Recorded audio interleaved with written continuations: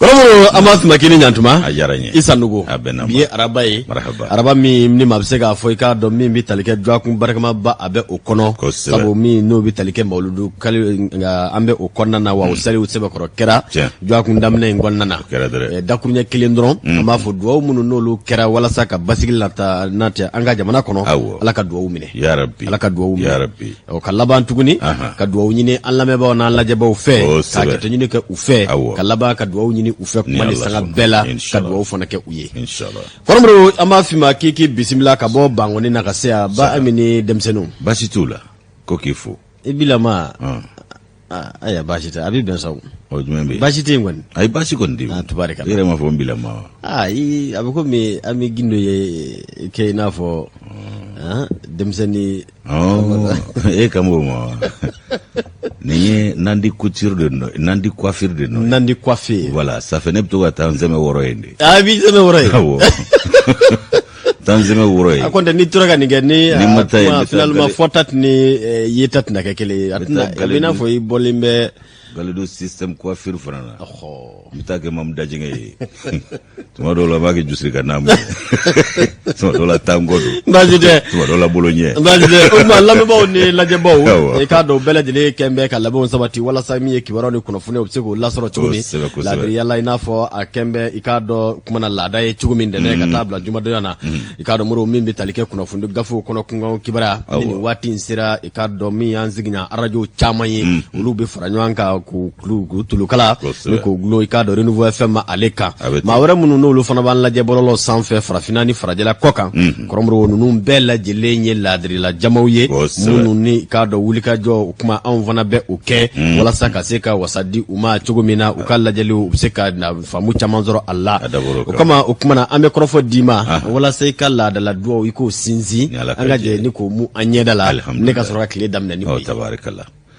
kuma janyo masa ambi yere fofolo sabu yere chike ko nyuma woni foli kaka nye dongo do gringa joni ngayaki ulika jo ya saka mo kanimsi wasa soro ay kado bara no gonte nga kado ka fo black ngete magwanye o nanye foli ke yere la ambe foli ke kanumba jama kulula ni sangaina ma kanumba o de be kalakila o te finya don ila kuni cheuka kanu yala faso ko nani faso koka abeda makaka wa fleba jama lame ba jama ni bede barakele kono kisefana ye abe ko renouveau okumana kuka bismillah nanyu bismillah ambu barkada ni ku wale nyumando ka kanu yala nga awni olube faranyonka ka jabaru masa wale nyumando so fla masa miyo kanundo awni oluche awmbe masa bayin tanu ka barkada kene be ka sanga bela waketa be fanana nanya tanu rasulu tanu ka wale nyumando ni ka barkada nema ni kishiba ya ala ko jiri aka amasa usara tambulo fuliri tanu ni wale nyumando temene ko barkada ambo faroka kalaba gaddo ku ye alibisa ala ko bulo kansi uje ankoro ka bana koro bashi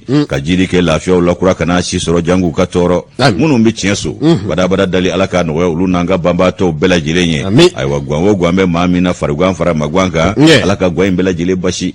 ni alaka je jamana imbasigi agundo be sofla masabulu alaka basigi ya mashallah sabu nyuma mi boyoro alako nyeshi auma o minye ikado ka fo sabu juguye alako fie ka tema ngore ko sanfia ya mashallah janyo masa ko beka bismillah bela jile kuna poni na le fora be ma kuna sirile nkufo fana bo kuna sirila an ma wasado fasiri sebe ngono kuma wala kalamu tabao uluka no blase be mbe ma yelema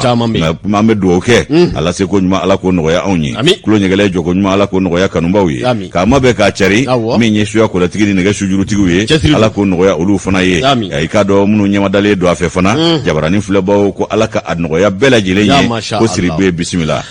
kromro nye fulimine yananka do gafe kono ambe ayira ka fo mali fam bela jile be du jawu diguje am bela jile be joro mine kuna wado la lakana bale ya sabawiye yonon ka fe no bi so madana yananka do kuno funyo ya ayira na ka fo bele ko jo la region kono kuma suro nege nye muga ani sabawati 23h kromro kuma na ko mi talike bingani wali keba wala lu kon tara bi gendarme kai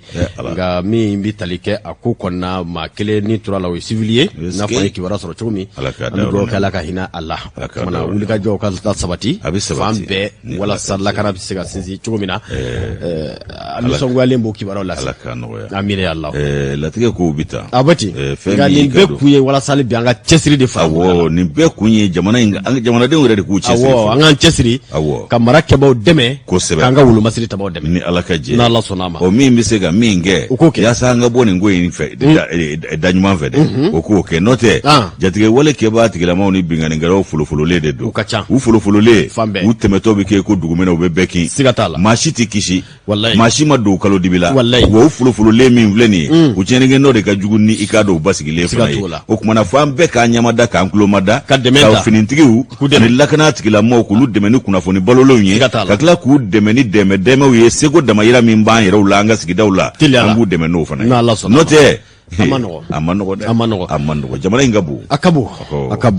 kɔrɔmɔrɔ o kuma an bɛ an bolo mɔnɔbɔ fasidi sɛbɛnw nɔfɛ min bɛ tali kɛ annonceur la da dɔ ale kuma bɛ bi ko pourquoi ne pas le dire logements sociaux ko attention à l'occupation anarchique o kuma ko min bɛ tali kɛ k'a dɔn tabakɔrɔ logements sociaux a ko nin ye wele ka ɲɛsin marakɛbaw ma ko n'an m'an kɔlɔsi fiyewu so banbali minnu bɛ yen walima so dibali minnu bɛ yen kɔrɔmɔrɔ k'olu kɔni kɛlen don o kuma na min bɛ tali kɛ kojugu kɛbagaw olu kɔni jabala ye bi k'a dɔn ko n'i y'a ta k'a jateminɛ ko kuma caman na min bɛ tali kɛ lakanabaliya an da bɔra a kuma na o k'an bɛ donni min na bi o kɛra sababu ye min ne jamanaden dɔw caman olu ka bɔ u kɛyɔrɔ la hali n'a sɔrɔ o ma kɛ ni u sago ye o k'a dɔn ko so minnu n'olu kɔni kun jɔli kun hakilinaw taara jamana marabaa kɔrɔw fɛ walasa min bɛ dɛmɛ ni dɛmɛɲɔgɔnya ta ka ɲɛsin k'a dɔn malidenw ma o kumana o so minnu n'o baaraw kɔni bɛ sen na kɔrɔmɔrɔ ko baara minnu n'olu kɔni bɛ sen na bi ko majɛngɛba dɔ ye min ye so minnu n'olu banna n'a bi waati jan bɔ kɔrɔmɔrɔ n'o tɛ ka di jamanadenw ma ko o de kɛn bɛ sababu ye o kumana maaw kɔni bɛ taa don so ninnu kɔnɔ ko maa sugu bɛɛ lajɛlen dɔ bɛ a la dɛ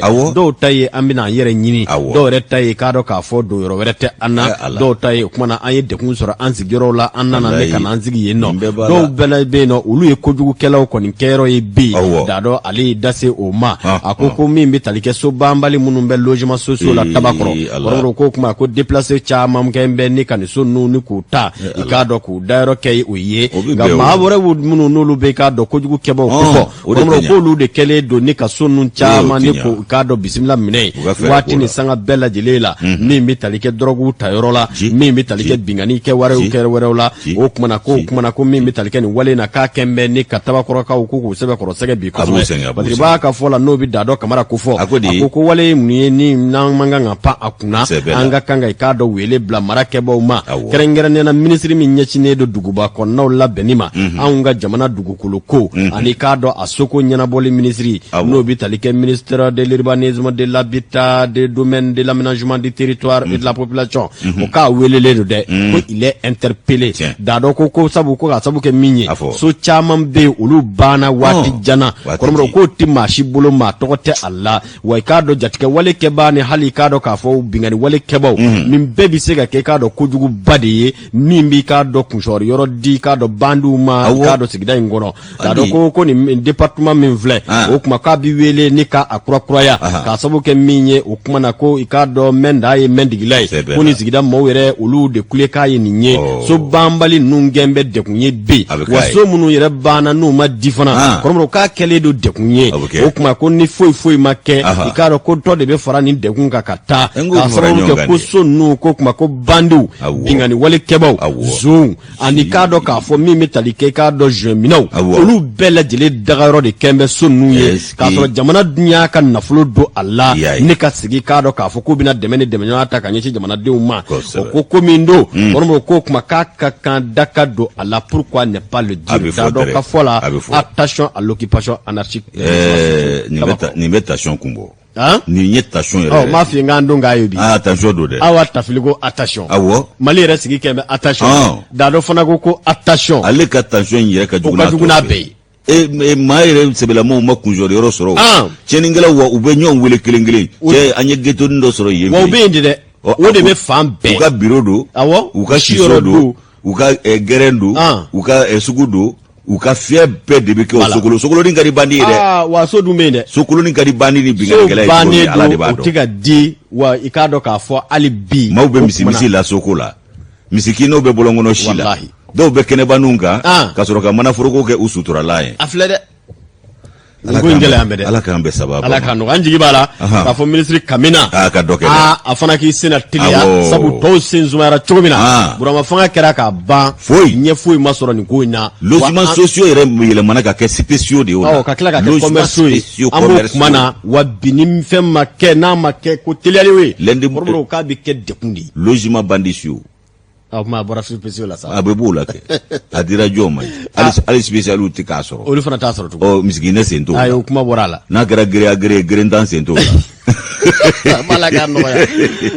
An bɛ taa ɲɛ an bɛ taa ni informateur ye. Informateur ale t'an bɛ n'an ye k'a dɔn fɛɛrɛtɔn belebele dɔ bɛ yen ko ADEMA PAICJ olu ka jɛrɛ min kun bolodalen don n'a kuma kun bɛ sen na don dɔgɔdabali bɛ se janko dɔgɔdalen wa dɔgɔdalen sera jɛrɛ i k'a dɔn a ta ko 6nan ko congrès ordinaire min ye ADEMA PAICJ ye a kɛra koyi. A kɛra? A kɛra dɛrɛ. Jaabi ye jumɛn ye? Ndɔ ma kun ko ni cɛmɔgɔ ma sugandi ko ADEMA cili dangɛnɛmayara ko y'a cile ndɔ ma mun damele ne dun ɲɛ b'a la fɛn min bɛ o tɛ cɛmɔgɔ sugandili ye dɛ. A bɛ na kɛ ni cili bɛ kɔfɛ ka na. Ayi. ADEMA dun tɛ fɛn ci ta ye dɛ. Maa min sugandira ale tɛ sɔn a ka ci. Big man. Mari Macha. I b'a dɔn. Allah a ye ɲɛnɛ ye wasakɛ. Barikala ye. O kɔnɔ Yusu. Bisimila. Yafa ma wala. Lasurunya. Ji yafa ma. Wa bayini laban bɛ kɛlɛ kɛ. Ji yafa ma. A b'a ko y'ale cɛ bonya k'a sɔrɔ o tɛ. O ka janjo masa. Min ye i k'a dɔn ADEMA ka congrès ordinaire. A ta ko 6nan i k'a dɔn k'a fɔ u ye ɲɛmaakura sugandi. Ɲɛmaakura min sugandila o de ye Mari Macha Jara ye. O kumana ale a bɛna san 5 o ɲɛmaaya kɛ. O mandat bɛna di ale ma. Janjo masa i b'a ye k'a fɔ ko min ye i k'a dɔn Alliance pour la démocratie au Mali Parti africain pour la solidarité ale kumala surunya de ye ADEMA PAICJ ye u ka congrès 6nan n'o ye congrès ordinaire ye laadala congrès 6nan o bolo dara o kumana min ye i k'a dɔn octobre kalo in tile 16 ka taa se tile 17 ma u ye tile 2 sigi kɛ yɔrɔ la n'o ye an ka jamalajɛ yɔrɔ ye o centre international de conférence de Bamako o kumala surunya ye CICB ye janjo masa min ye i k'a dɔn k'a fɔ terisiraw fɛɛrɛtɔnw ani i k'a dɔn k'a fɔ jamakulu caman ka bɔ i k'a dɔn jamana dogodogoɲɛw bɛɛ lajɛlen na ani i k'a dɔn faaba yɛrɛ kɔnɔ yan o bɛɛ nana kamaru ɲɔgɔn kan o kɛnɛ kan ye i k'a dɔn teri fɛɛrɛtɔn minnu tun bɛ pare na ani i k'a dɔn ASMA CFP fo ka taa se i k'a dɔn a ɲɔgɔnna camanw ma olu bɛɛ lajɛlen tun bɛ kɛnɛ kan ye i k'a dɔn ko faso ka welewele i k'a dɔn PS yelenkura faso ka welewele o tɛ ACRT ko lakiri ani k'a dɔn faso ka welewele Isa Kawjim PS yelenkura o bɛ yen Amadu Goyita o kumana min ye i k'a dɔn congrès ye k'a kun bolodalen don tile 2 o tile 2 congrès k'a kɔni kɛra i k'a dɔn giringajɔ ni ŋaɲaki ye kini ni purutili ni wagasili ni tani nin bɛɛ lajɛlen kɛra la wa sigi ka kuma ko basana kosɛbɛ min ye congrès kɛlaw ni ɲɔgɔn cɛ o kumana i k'a dɔn k'a fɔ k'a tora senna fo ka na se i k'a dɔn kalo tile 18 o su ma Mari Macha Jara u nana laban k'ale sugandi i k'a dɔn jamakulu fanba u y'u kan di ale ma 45 wa k'ale kɛ i k'a dɔn maa ɲɛmaa ye professeur Cɛmɔgɔ Sangare o kumana k'i b'a ye k'a fɔ Bɔnɛkɛ Asani ka bɔ ale ɲɛ la o kumana ale ka mandat 2nan k'a ma se ka ɲɛ sɔrɔ o kumana min ye maa 9 dɔrɔn ye olu de y'i kan di ale ma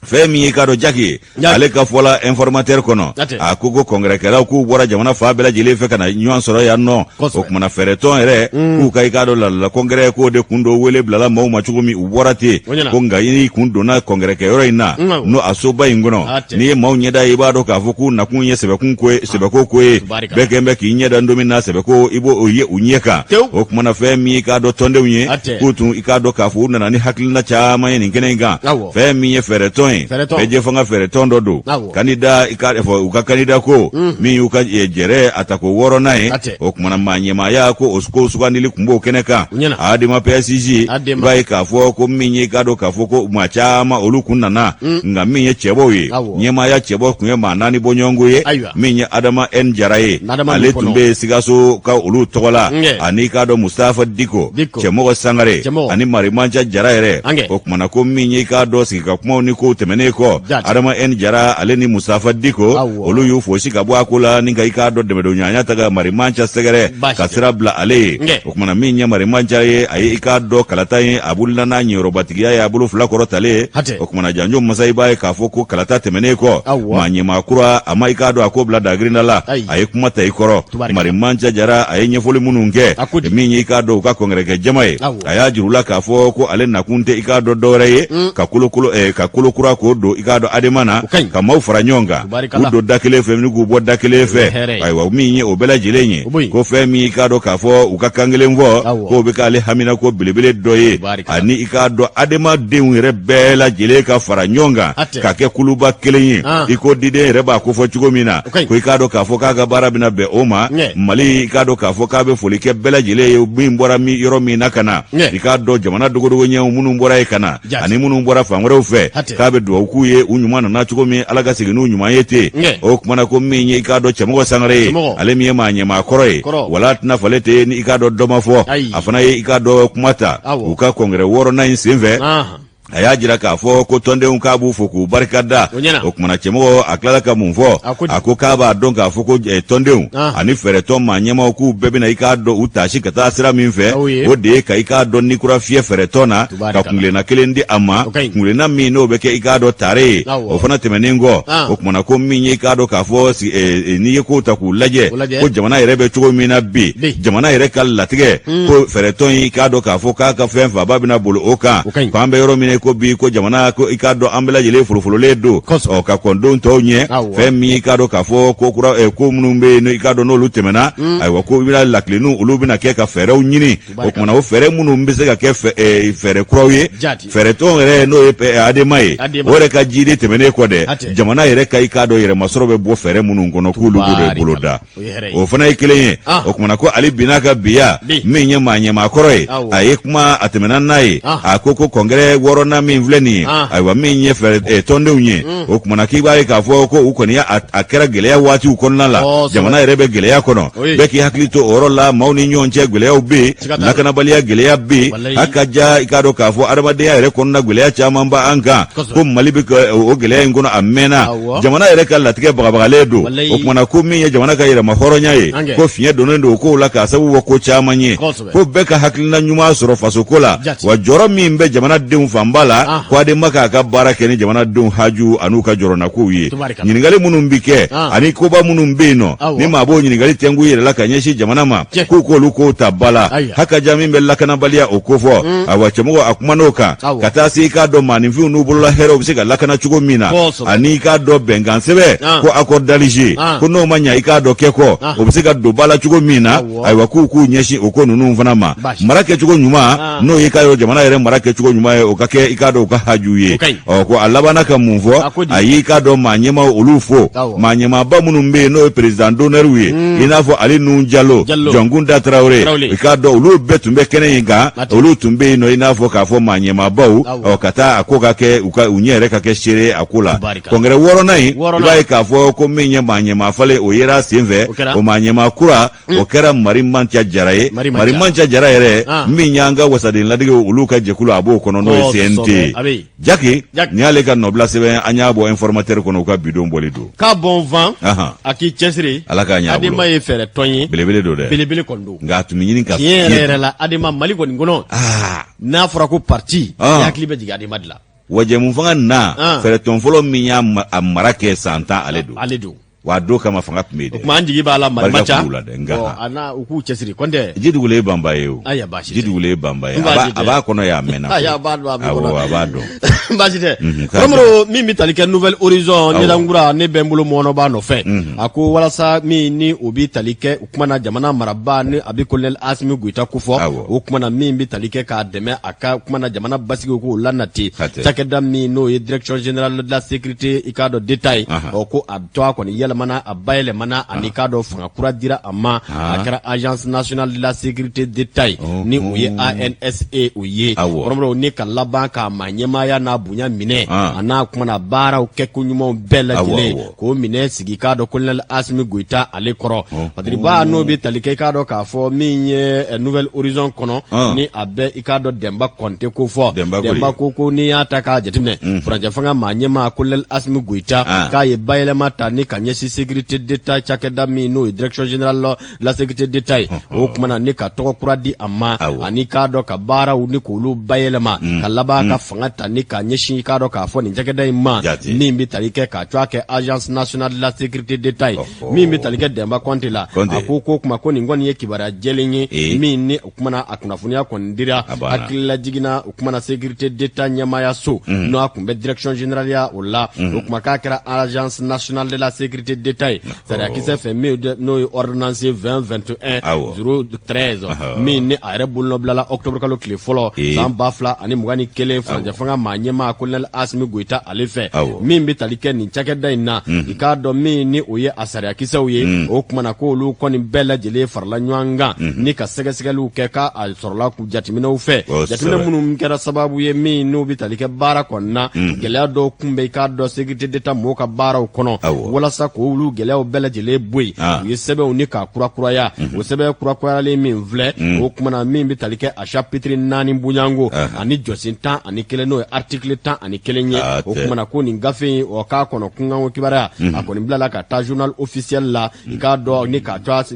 a sɛbɛn n'o ye k'a kɛ ka wolosɛbɛn kura dilan a la i k'a dɔn bɔ ko 30 waati octobre kalo tile 15 Badiriba ko ana nga fɔ agence nationale de la sécurité d'État k'a bɛna bayɛlɛma jumɛn de don i k'a dɔn sécurité d'État ka baara la a bɛna ninkura de fiyɛ i k'a dɔn sécurité d'État ka baara la a bi cakɛda ne ka i k'a dɔn k'a fɔ o kumana fanga dɔ di u ma ka sɛgɛsɛgɛliw ni k'olu kɛ i k'a dɔn k'a fɔ ladiriya kɔnɔ a maa ɲɛmaa yɛrɛ bi sugandi i k'a dɔn jamana marabaa de fɛ n'o an bɛ donni min na i ko bi n'o ɲɛmaa ye colonel Asimi Goïta ye o kumana ka ale de bi maa ɲɛmaa ni ka o sugandi a n'a danga o kumana u ka kibaruya ni kunnafoniya olu kɔni gulonnen don yɔrɔnin kelen pewu mara kɛbaa yɛrɛ de la o kumana u ni gouvernement tɛ ɲɔgɔn ye o tɛ i t'a munumunu i k'a dɔn k'a fɔ cakɛda wɛrɛ la ka daw yɛlɛ u ye u ka taama ni ka jateminɛ kɛ ka kibaruya ni kunnafoniyaw ɲini i k'a dɔn wale o wale n'o bɛ se k'a ta ka ɲɛsin jamana ma kɔrɔmɔrɔ o kumana u ka dansigi o wale jugu kɛtaw olu la kibaruyaw la kunnafoniyaw la ɲumanw kɔrɔmɔrɔ olu bɛ se ka to sariyaw kɔnɔ cogo min olu bɛɛ lajɛlen bɛna don sécurité d'État ka baara kɔnɔ o kumana hali min bɛ tali kɛ kibaruya di cogo la kɔrɔmɔrɔ n'o bɛ tali kɛ an ka nin tile in na n'o ye bɔlɔlɔw sanfɛ kunnafoniya wɛrɛ minnu n'olu bi di min bɛ na ni k'a dɔn jatigɛ ni gɛlɛya ni walima i k'a dɔn wulikajɔ ye k'a sɔrɔ dalu jɔnjɔn tɛ sécurité d'État bi sinsin nin baaraw bɛɛ lajɛlen kan i b'a ko n'i y'a ta k'a jateminɛ k'u bɛna dansigiw ta ka ɲɛsin ko caman ma dɛ a bɛna kɛ i k'a dɔn jamanaden ka hakɛ bɛ di a ma nka jamanaden b'i k'a dɔn k'a fɔ jamana ka sariyaw ni k'olu bato i n'a fɔ i k'a dɔn sariyakisɛw bɛ a laɲini cogo min i b'a ko colonel Asimi Goïta ale min ye i k'a dɔn furancɛ fanga maa ɲɛmaa ye bi o kumana min bɛ tali kɛ nin hakilina kura min filɛ k'a kun ti dɔwɛrɛ ye anw ka jamana i k'a dɔn a gundow anw ka jamana maracogo fɛɛrɛw ani k'a dɔn diɲɛ cɛrɛ bɛ cogo min na bi walasa ka se ka labɛnw caman sabati ni ka i k'a dɔn k'a fɔ Mali yɛrɛ k'a kisi tuma ni sanga bɛɛ lajɛlen la k'a sɔrɔ kibaruya minnu n'olu kan ka se ka kɛ gundolako ye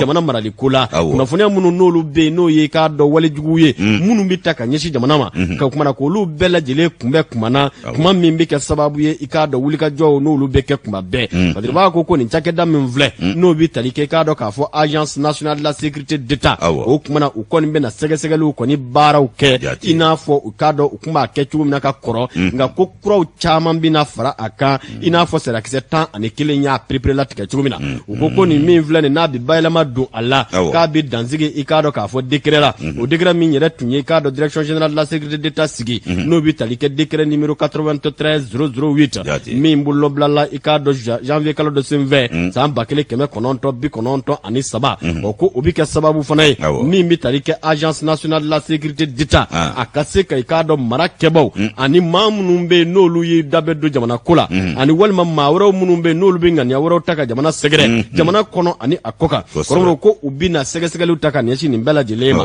Badiriba ko n'i y'a ta k'a jateminɛ colonel Asimi Goïta o kuma a y'i bolonɔ bila ni ordonnance min fana na o bɛ kɛ sababu ye ka danzigi sigi sariya la sariya min tun ye ikado k'a fɔ direction générale de la sécurité d'état sigi n'o bi tali kɛ loi 89/18 min bolobilala mars kalo dɔ senfɛ san 1989 o ko kɔni bɛna yira k'a fɔ bi agence nationale de la sécurité d'état kɔrɔmɔrɔ ko kumana nin ye Mali cakɛda min ye a bi gindo ni k'a dɔn k'a fɔ jamana basigi ni fɛɛrɛw k'olu ɲini k'o dɔn ka laban ka o kumana min bɛ tali kɛ fɛɛrɛ kuraw la ni ka se k'o lase cogo min na wa a bɛɛ lajɛlen bɛ bila i k'a dɔn k'a fɔ jamana ɲɛmaa yɛrɛ n'a kɔrɔ sabu ko fɔlɔ i k'a dɔn k'u tun bɛ kunnafoniyaw ni kibaruya di k'a dɔn premier ministre u ma u tun b'u ka yamaruya kɔnɔ kɛcogo wɛrɛ la nka bi ta nin bɛɛ lajɛlen bɛ fara ɲɔgɔn kan jamana maraba ani sécurité d'état walasa ka kibaruyaw di ɲɔgɔn ma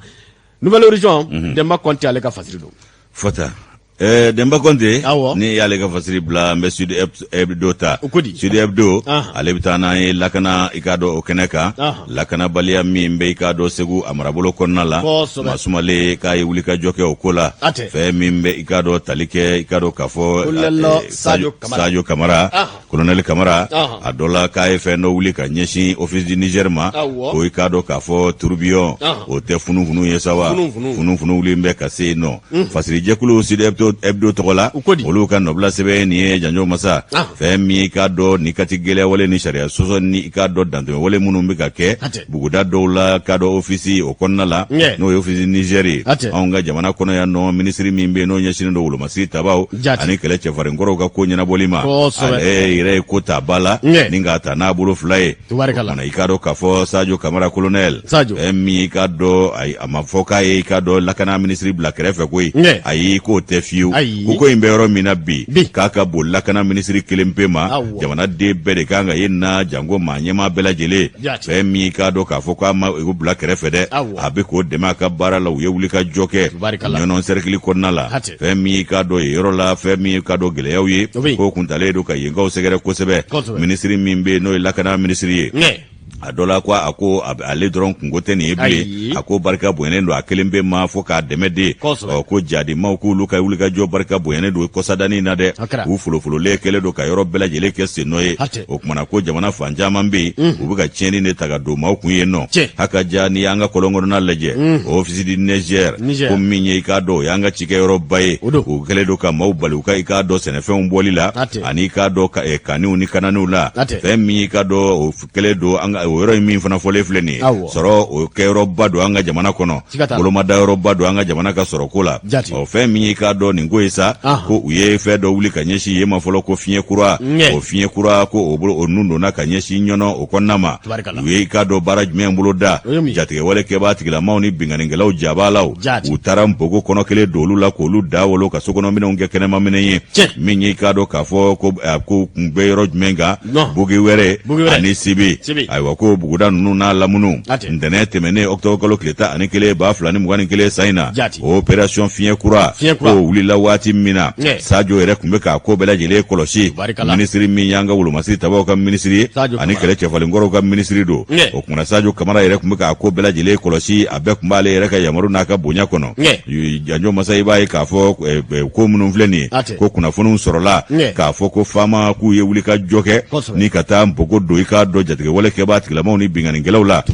o kumana ko fɛn min ye kunnafoni ye o b'a jira k'a fɔ ko o yɔrɔ o waati la ko buguda ninnu ko i k'a dɔn basigi nana o yɔrɔ kofɔlenw na ko min ye jatigɛ wale kɛbaa tigilamaw jabala n'o y'u ka i k'a dɔn k'a fɔ baziw ye u taara ka taa pankuru kɛ ka yen bɛɛ lajɛlen dawolo min ye i k'a dɔn k'u ye pankuru mugu suru ko sababɔɲɔgɔnko kɛ nin yɔrɔ kofɔlen ninnu kan jatigɛ wale kɛbaa caman bɛ yen olu kɔni taara su la ala k'u jigiyɔrɔ bɛ jahanama ma o kumana min ye i k'a dɔn jatigɛ wale kɛbaa tigilamaw ye k'a y'u bɔgɔ fɛgɛya kosɛbɛ nin yɔrɔ kofɔlen fana na ko n'i ye jateminɛ kɛ i k'a dɔn k'a fɔ jatew yɛrɛ a dafalen hali n'o tɛ ko u ma 60 bɔɲɔgɔnko jatigɛ wale kɛbaa tigilamaw la u y'olu bɛɛ lajɛlen bila su la ka caman fana bananin da cɛjugu o kumana ko min ye moto tan bɔɲɔgɔnko ye o minɛna ka u ka bolifɛn 3 k'o jeni ka tila ka maramafɛnw ni kisɛdenw k'o caman minɛ ni maa kofɔlen ninnu kɔ o kumana fiɲɛ kura k'a wuli cogo ɲana min ye i k'a dɔn ka tila ka yɔrɔ bɛɛ lajɛlen dilalawe k'a dɔbidɔbili dabɔ maa minɛnen k'u don bɛrɛla ko otage utarabo duru fana kan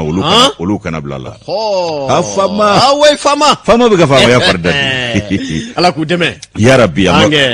ku deme baw deme ala ku deme baw deme ala ku deme ku ujugula maw nagashi wallahi awo ala ka duwa minɛ inshallah ya Sadio Kamara Sadio ikado ka fo o baro buludale ko otaji duru olu koni minana olu yera nin ko senfɛ otaji nunu bela jele buna tige mafo anye nga ko koni ngonala ambalala ka minye Colombia ka jamana de do tumbiya no to muridine maye ko ser Gloria ale fana kana bla so nin ko senfɛ ko angone yoyi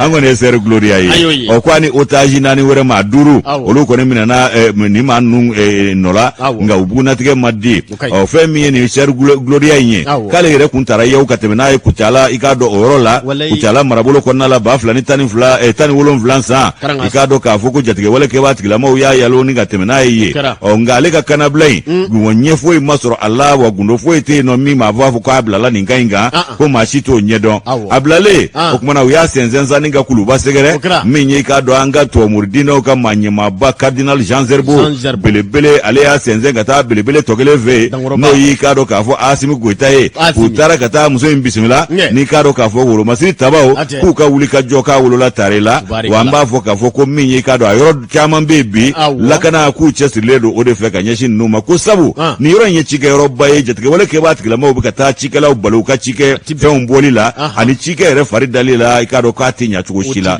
ku bi ka jama edugo deun ko lu bali kata ujanye ko fana na ko fana imena sinasta ko okoko ni dane bina sigola o minye fasiri jekulu sud hebdo to wala olu ka nobla sebeni bidon boli do janjo korombo ikado ambi demeni demenyoya nyini jamana deunve wala sabbe ka seki monku ka kelenye ngani nyuma tigila mabe awo yere wolo ni horo ni yere wolo be jamana de beke haminde ika jamana yin akunu na bina sini ikanga to jamana awo tiena jamana ka fiye fedo be ankulu tuyi ka jamana nyini sa na yi jamana soro atobe bisoro ni alaka je aya antita jwala anga ta sugula na la sona sugu ko nembe soro fa aw bisoro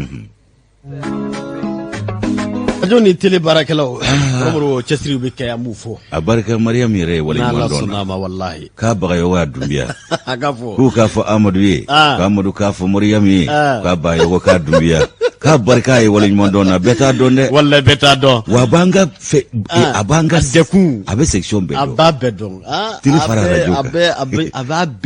Mariam koni ka dumbia ni jaranyo ko yala go mi vlala neza anundu ka jeno do yede ona kete jagwela note ay pasa minda ni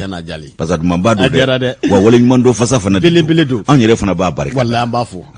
romro ambra sugula anya yi ka fo sugula mo kon be wuli ka jola ko sebe an refe no musabugu am nye ndongo karike kase Jallo fe bendia directeur o kuma ambafo ka fana be ka lamme ka laje ko disa kuma ngono ko ni bura jola bi taye nga be boy alle fe ka troka jola fe be frigele do sa yaewa ko no mo bismillah konya ko ni gani ambafo al ni modna fana ni ya bengo nyuma kadi na la sona ma ambafo koromro okmana teliala ni metalike kuna fununa amita ma no fe ni indicateur de renouveau ale bombe indicateur ye ka do ni oye kibara duma do ko ta ko nyeshi jamana do ma ko mali yere ikado a ministry nyama ngafo ministry ni okunyeshi ne do kenya kuma na bi professeur Samba Ousmane Sokofo okmana ka ko ni jira ikado ka fo mabaw ulu chema mamunu no le ma hakli ferelonye munu no lu be kenya yere dunge ni ka ke oye okmana ko danaya dara akaka ye ma tan chema mamunu no lu sugandire ikado ka fo Académie nationale de médecine au fait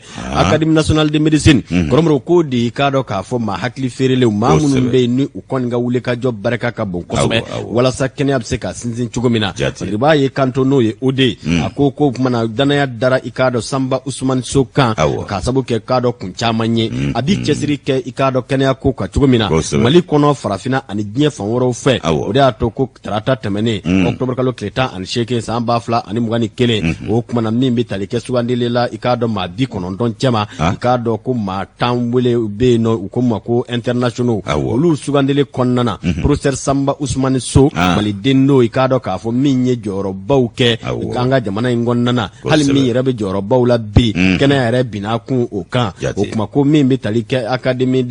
angafo Académie nationale de médecine min vle na bi États-Unis nika olu fe ko fo be sugandile minge kororo olu te ma nyeda fle de doniya min be ikungulu la ika wale kelew ika do jamana jola kenya yere nyini ni sira kuna ni mitalike hadama don vra kelela o dalu ni ka do o jose munun be ikoro o kuma u bi sugandile ta kan yishi mawma ulla o de ato mami ni ale be ka do ka fo directeur la B no Institut national de santé publique ni abe INSP ni ka o ko fo professeur Samba Ousmane So o kuma ko ale yere ka do ka fo u dangoroba o chema ni ka ke maliko ni kuna wulu baye ba ko octobre kalo kilta ani sheki samba fla ani muga ani kele ni mbe talike ikado ni sugandili ngoni ngere ikado wasa baye kanyeshi mbali ale rema ka sababu ke minye ni ma ko fole mi no professeur Samba Ousmane So ko fo ikado ka ye joro chamange Centre national de développement des vaccins ikado ka fo ayo nyema ya uke ni mbe talike Académie nationale de médecine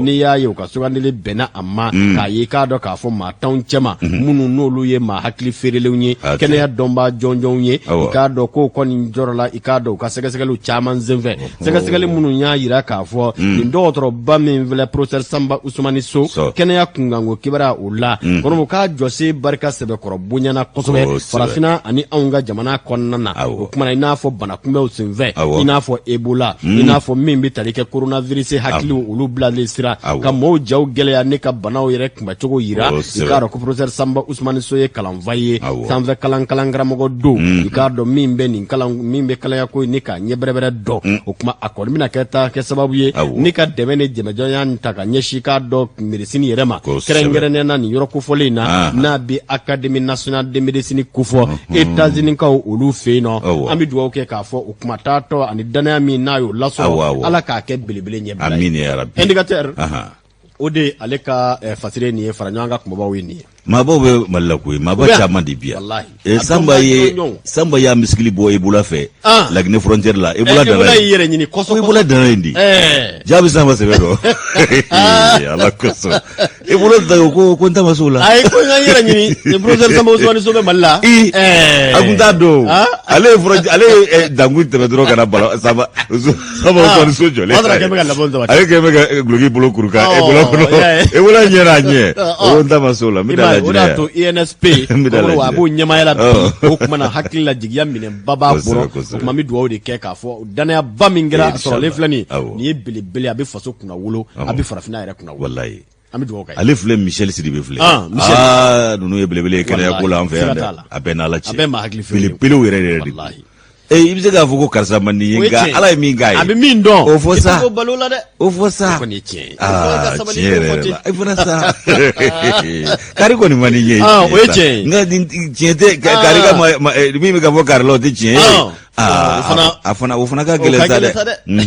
no do Samba ya miskili bo ebola fe akon mado aya yere nyini malikura bismillah ni fasiri sebenye ikado ka fo ayre fona ikura ekeneka malikura ikado ale kemena kana farafina ere bangun tananye be Seydou Soumaoro akoko farafina bangun ere mumeka ko faransi dafasa jale do ko lute ya tono kama ko ikado keme jole na ku ka tono biduru de be farafina bangun kaya ma jolu be balu farafina apena la ci ko na bora nu bulo bi labo na bara nyini mali chaman na gabe tarare apena la ci o ngona mi ye karo ko amero mi ko bi ko faransi tse ka mali blateo fa da julima ko faransi dagwe ngeme fe mina mallaya ani hakilla mi mbala no masabati fiu ko faransi ti bolo wa mali ko la tengwe ko de kuma chaya ko faransi be farafina bangunde aunga ni kado ka fo bangun korobai a here ana duguju koro nafulo ko faransi de be ka balo o la keme jole na biduru o de ukatno ya onve farafina bangun ka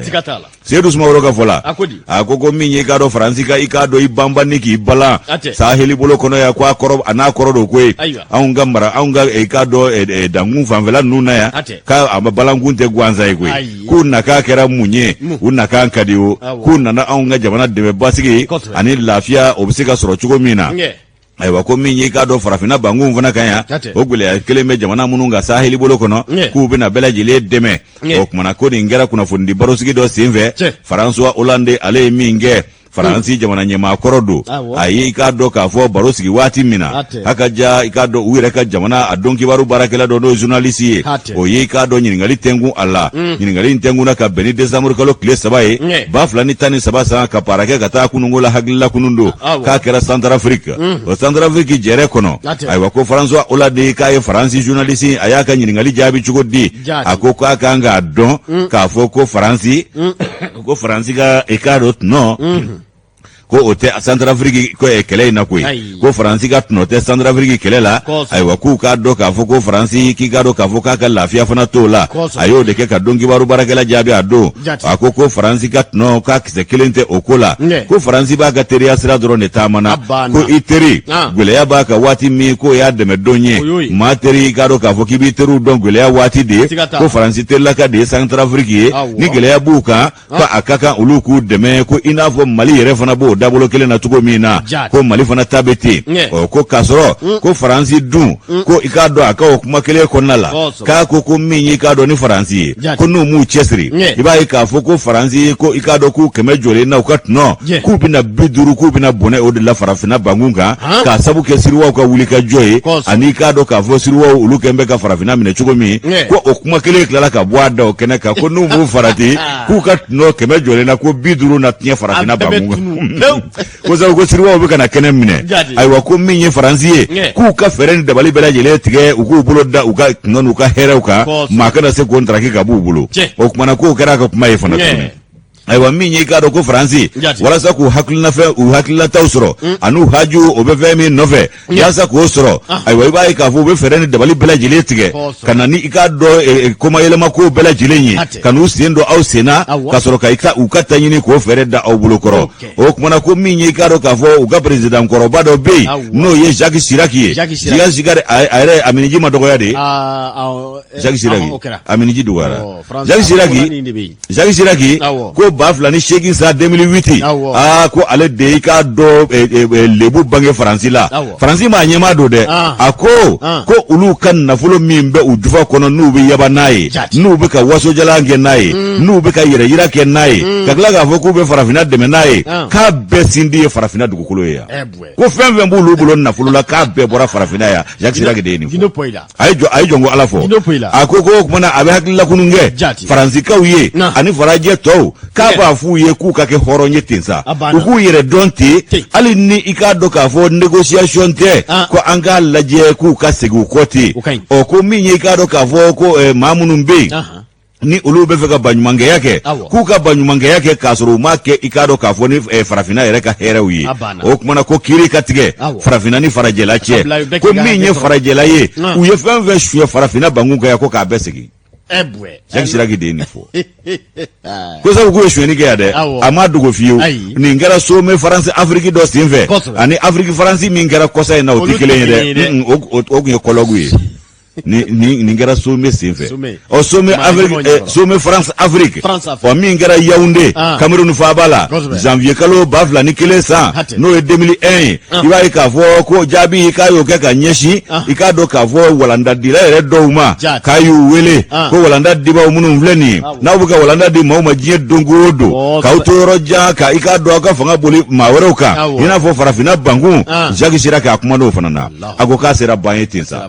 ko farafinna yɛrɛ joli kɛnɛ min ko bi ma olu bila ka farafinna joli min sa k'a kin k'a susu ko bi m'olu bila a la k'a bɛ san 400 ani tilabɔ k'olu bɛ ka farafinna joli kɛnɛ min k'a sera ban ye ten k'u bɛ ka farafinna dugujukɔrɔ nafolo suɲɛ k'a sera ban ye ten k'u bɛ ka farafinna hɛrɛw ta k'a sera ban ye ten ko nanzarala kan k'a dɔn ka kɛ yɛrɛ wolo ye ka kɛ kodɔnnaw ye ka segin u kɔ ten ko ka farafinna to a yɛrɛ ma ko o maa kelen bɛ tila k'a fɔ farafinna ma ko farafinna tɛ foyi ye ko anw ye bɔnnaariyɛnw ye ko k'a sɔrɔ olu bɛ ka balo anw ka hɛrɛ la nin ye Chirac ka kuma ye o kuma ko kuma sera sa u k'u yɛrɛ dɔn ka hakili sɔrɔ ka segin u kɔ k'u k'a dɔn k'a fɔ ko farafinna ka hɛrɛw ye farafinna ta de ye ko k'a dun ka tila k'u mankutu tiɲɛ k'o tɛ ko ye min n'o kan ka mɛn senna bilen o kumana ko farafinna fana dɔnni karamɔgɔ fɛn fɛn bɛ farafin bolo hakili feerelen fɛn fɛn bɛ yen ko farajɛla b'a bɛɛ salo ka t'u baara ka sɔrɔ k'o t'u don bɛrɛ la ko burusi u b'u minɛ ni burusi ye ka taa n'u ye wa u tɛ débourser bilen dɛ o kumana k'u bɛ tila k'a fɔ ko maa kunkolo ma tɛ farafina bangun kan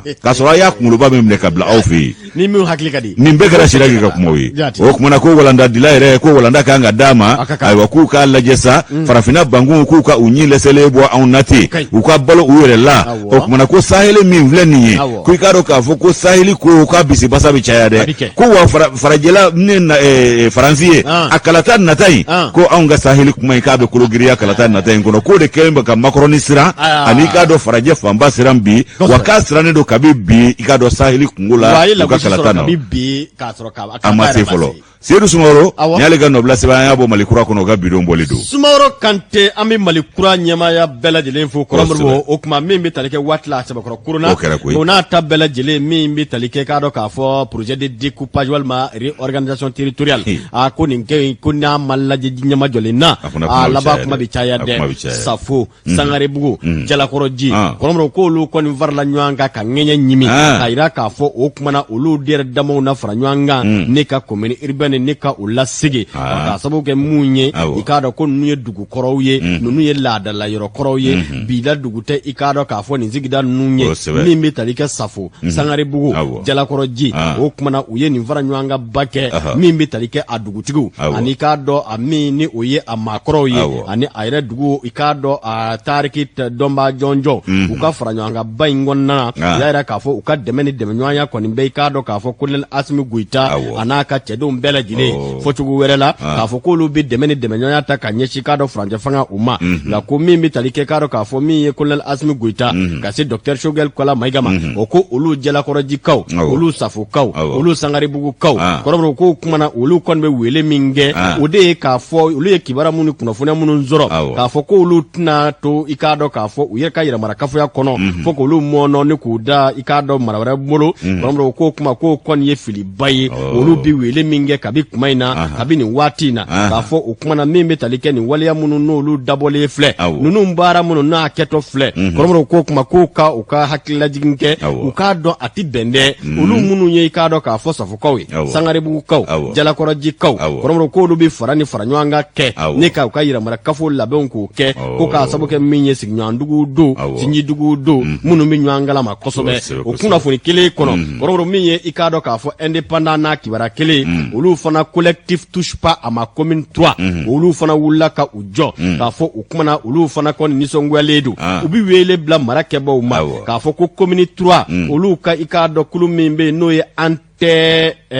jɛn'a ye o kumana o regroupement fana ye fara ɲɔgɔn kan ba kɛ min bɛ tali kɛ commune 3 i k'a dɔn a kintigiw a denmisɛn ɲɛmaaw a musotɔ ɲɛmaaw k'a fɔ centre commercial kɔrɔbɔrɔ ko kumana ko kabi o lawale min bɛ tali kɛ ordonnance numéro 7834 min taara kabi août kalo san 1978 san 1978 n k'a fɔ 78 k'o ye i k'a dɔn k'a fɔ centre commercial bɛ commune 3 fɛ ko yala jɔnni bɛ se k'o nkalontigiya o kumana ko a fɔ ko k'a ye ko min bɛ tali kɛ sigi senfɛ sigi min bɛ mara cɛman bɔli kunkan o kibaruya fɔ o kumana ko min bɛ tali kɛ Bamakɔ tutigɛbaw olu ka laɲini kɔ dɔrɔn kama i n'a fɔ u y'a fɔ cogo min dɛ